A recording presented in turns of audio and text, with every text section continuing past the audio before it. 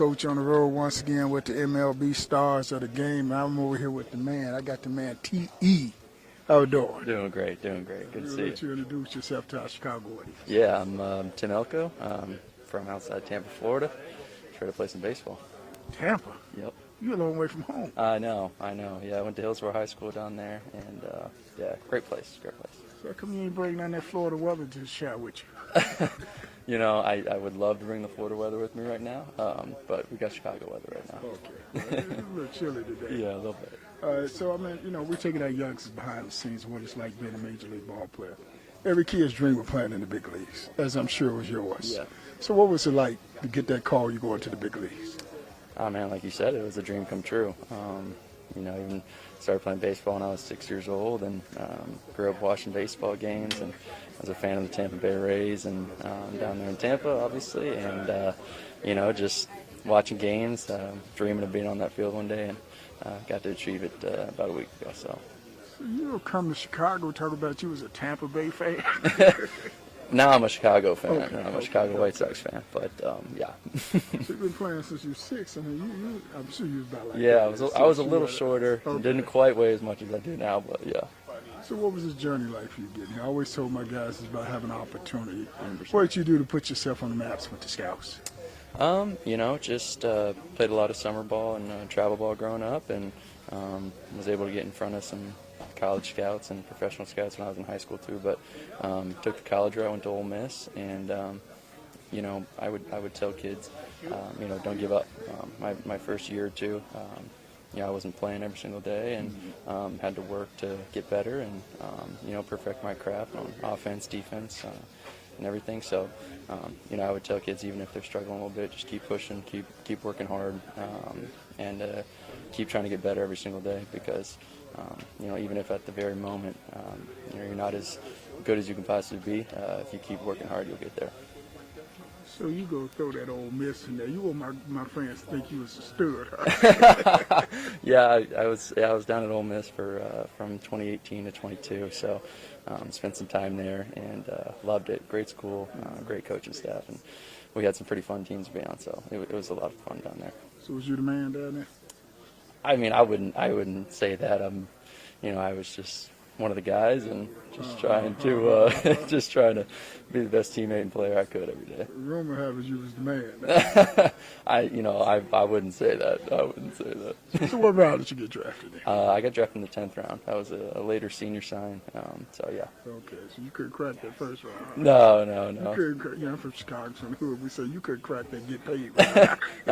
Not quite. But it's all part of the journey, and working my way through the system, and now we're here. So what's it like? I mean, every kid's dream of playing in the big leagues, getting drafted. What's it like on draft day when you're sitting around waiting to see if you're going to be drafted? It's a little nerve-wracking, I'm not going to lie to you. But just like anything else, just got to be patient. And, when you get your opportunity, you got to be ready to go and be able to make an impact when you start your pro ball career. And then you got drafted, signed that contract, and thought you was on your way to the big leagues. You really know you had to make a stop at the minor leagues, didn't you? 100%. Yeah, of course. Again, it's just part of the journey. Started in low A and got to play at every single level with the White Sox, and it was a fun journey. I enjoyed every level I was at with the coaching staffs, the players, and being where your feet are, I think, is one of the biggest things you can do for yourself, and focusing on where you are right in that moment, and being the best player you can be on every team you're on, and being the best teammate you can be on every team, and I think that helps you to play better and eventually get where you want to be. So you played at every level in the minor leagues. You know anything about that peanut butter jelly and Motel 6s? I do. And it was fun. It was a fun part of the journey. You just got big leagues on Michael B. Well, he's a stud right and there. he's in the buff too. He's a stud right there. He just got to his 10 years, so congrats to him. Okay. Every step of the journey is unique and fun in its own way. So, like I said, you just got to enjoy it all. So how many roommates did you have? I hear some guys had 6, 7, 8 guys in a 2-bedroom apartment. Yeah, I came into pro ball at a pretty good time where, I had a little better than some of the other guys, where we started getting housing provided for us and whatnot. But down in low A, we did have about 6 or 7 roommates. So So you gonna brag about how you came in and didn't have to go through all that. We had it a little bit easier than some of the other guys that are in the clubhouse. You know? So what about the emotional roller coaster? I know it's one in the big leagues, but in the minor leagues, going from league to league, level to level. What about that emotional part? Yeah, you got to keep the emotions in check, and kind of like I was saying before, you got to bloom where you're planted and be where your feet are. Be patient, and at each stop, at each level, just try to be the best you can every day, and try to improve every single day to eventually help you move up those levels. So you get that call, you're going to the big leagues. Put on that big league uniform. And what's your number? Number 30. Yeah. I was coaching. I used to have number 30. Oh, yeah, there you go. Good okay, number. see, we're twins here. Yeah. So you get that uniform and you go out there, you get that at bat, and all of a sudden you hit that first home run. Mm-hmm. I mean, what was that feeling like? Yeah, it was a pretty cool feeling. Just kind of all the work that I've put in over the years, kind of coming to that moment, and it was awesome to have my parents here too, to be able to, celebrate with me a little bit after that. It was something I 100% will never forget. Did you cry? Tried not to, but no, it was a lot of fun emotions, and it was a pretty cool feeling. I know Mama was all in them stands crying. I think she was. She may not admit it, but I think she probably she was. Gonna admit it. Yeah, it was on Mother's Day too. So. Oh, you hit that home run too? Mm-hmm. She like, oh, my baby hit a home run. I said, Mom, this show just for you.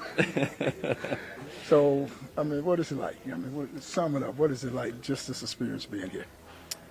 It's great, just get to keep playing baseball and living out my dream, playing with these guys in this clubhouse has been a lot of fun. We've got some great guys in here, and it's a fun team to play on, and just looking forward to keep playing some good baseball and get some wins for the White Sox. Coach with the man, T.E. All right, thanks. Yes, sir. Thank you.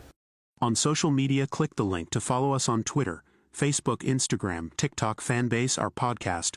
Become a subscriber on our YouTube channel and visit our website at mem247.com. That's mem247.com.